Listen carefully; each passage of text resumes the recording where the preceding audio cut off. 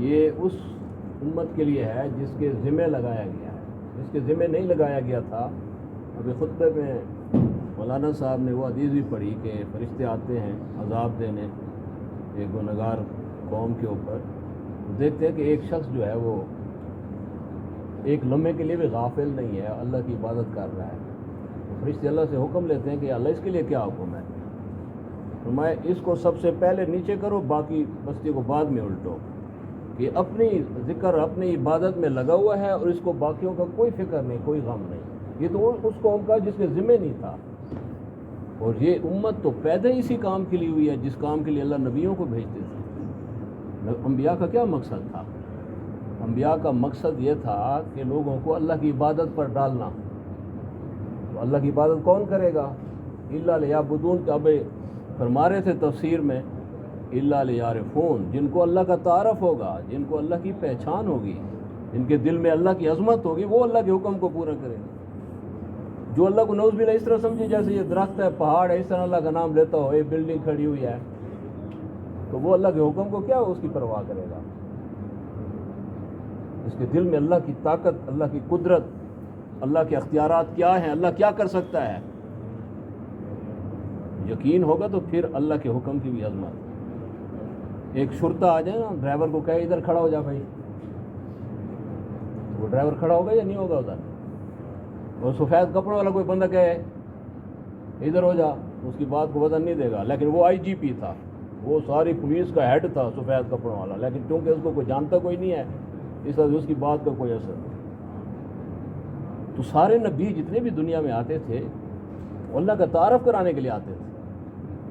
یہ لا الہ الا اللہ جو کلمہ ہے ہر نبی کو اللہ نے دیا, اللہ کی معرفت کا کلمہ ہے, یہ اللہ کی عبدیت پر ڈالنے والا کلمہ, کلمہ توحید ہے. یہ عبدیت صرف نماز کا نام نہیں ہے.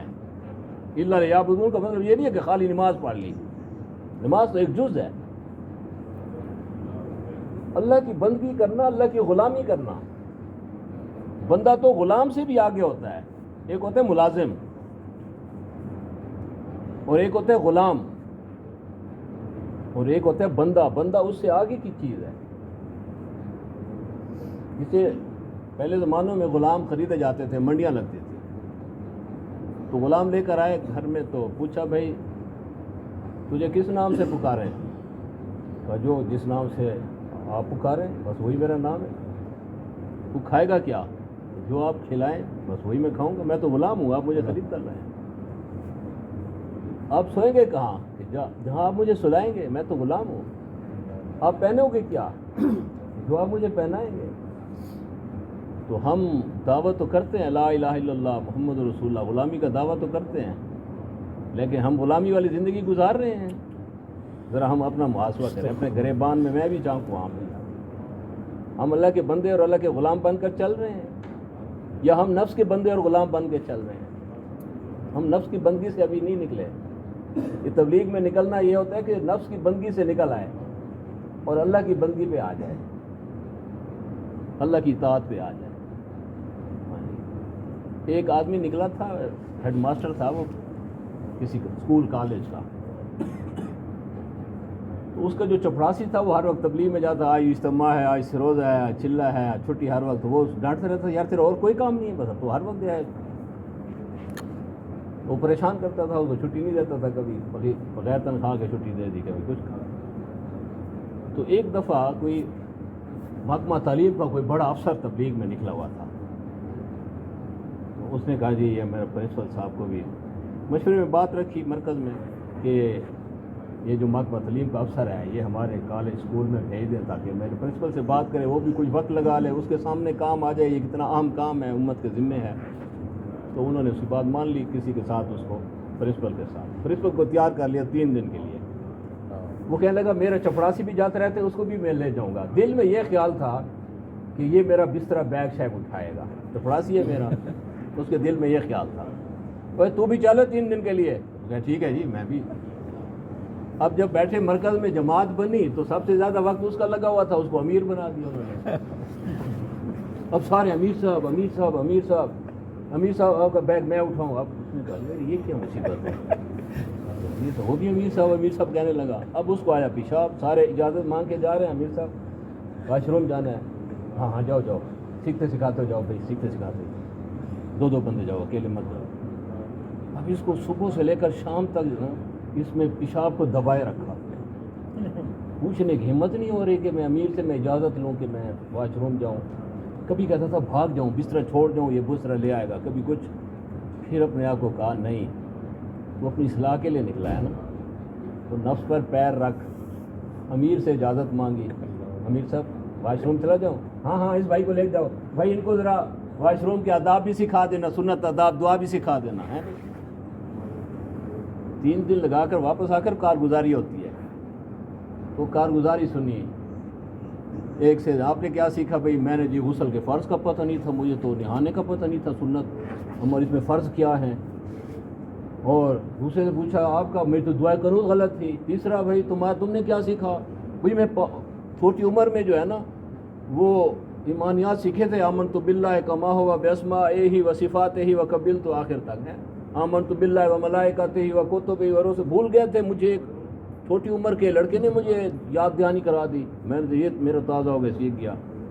تو پرنسپل صاحب کا نمبر آیا, جی آپ نے کیا سیکھا؟ اس نے کہا جو آپ کے بندے 3 چلے میں سیکھتے ہیں نا, میں نے 3 دن میں سیکھا ہے. یہ ماننی آ جائے. مسلمان نام ہے ماننا, اللہ اور اللہ کے رسول کی ماننا. یہ اگر آ گیا تو پھر راستہ سیدھا ہو جائے گا, پھر چوٹی کی چال بھی چلے گا تو منزل تک پہنچ جائے گا. بھائیو دوستو, یہ اس دور میں اللہ نے یہ جو کام, یہ انعام جو دیا ہے, یہ محنت نہیں نعمت جو اللہ نے اس صدی کے اندر یہ چالو کیا کام, یہ اللہ نے اس امت کی تقدیر بدلنے کے لیے کام یہ چالو کیا دوبارہ, جو کئی صدیاں رکا ہوا تھا. یہ بات نہیں کہ دین کا کام نہیں ہو رہا تھا, اتنا بڑا دین کا کام, اتنا بڑا ایک محدث حدیث کا درس دے رہے ہیں, ہزاروں تو آگے مکبر وہ آگے بتا رہے ہیں. الحمدللہ کہا یرحمک اللہ پر بادشاہ وقت گھبرا گیا کہ بغاوت ہو گئی ہے. اس کی بیوی نے اوپر چھت سر چڑھ کر دیکھا تو کہا نہیں بغاوت نہیں ہوئی, بادشاہی تو ان لوگوں کی ہے جو لوگوں کے دلوں پر بادشاہی کرتے ہیں, بادشاہی تو ان لوگوں, اور خانگاہیں آباد تھیں اور سارا کچھ. لیکن نقل و حرکت امت سے چھوٹ گئی تھی, اجتماعیت چھوٹ گئی تھی کہ ایک فکر ایک ذہن لے کر اور کلمہ اور اسلام والی زندگی لے کر جو پھرتے چلتے تھے نا, وہ پھرنا چلنا بند ہو گیا. ملک گیری میں لگ گئے, ملک فتوحات کرنے لگ گئے, پھر عورتوں کے مال کے چکروں میں پھر بادشاہ لگ گئے, پھر غلام ہو گئے. 800 سال تک جہاں حکومتیں تھیں وہ مسجدیں پھر استبل میں تبدیل ہو گئیں, قرآن کو جلائے گئے, عورتوں کو بے آبرو کیا گیا, مردوں کی گردنیں کاٹی گئیں. جب آدمی مقصد سے ہٹتا ہے تو اس کی پھر ٹکے کی قیمت نہیں رہتی اللہ کے یہاں. ٹکے یہ بلب جل رہے ہیں نا ہمارے سروں کے اوپر ہیں, یہ فیوز ہو جائیں تو پھر اس کو کوڑے کرکٹ میں پھینکیں گے. آپ نے بس آخری بات ہے, آپ نے بھینس رکھی ہے دودھ کے لیے, جب تک دودھ دیتی ہے بھینس تو لوگ اس کو گھر والے نہلاتے ہیں, تیل لگاتے ہیں, سردی گرمی سے بچاتے ہیں.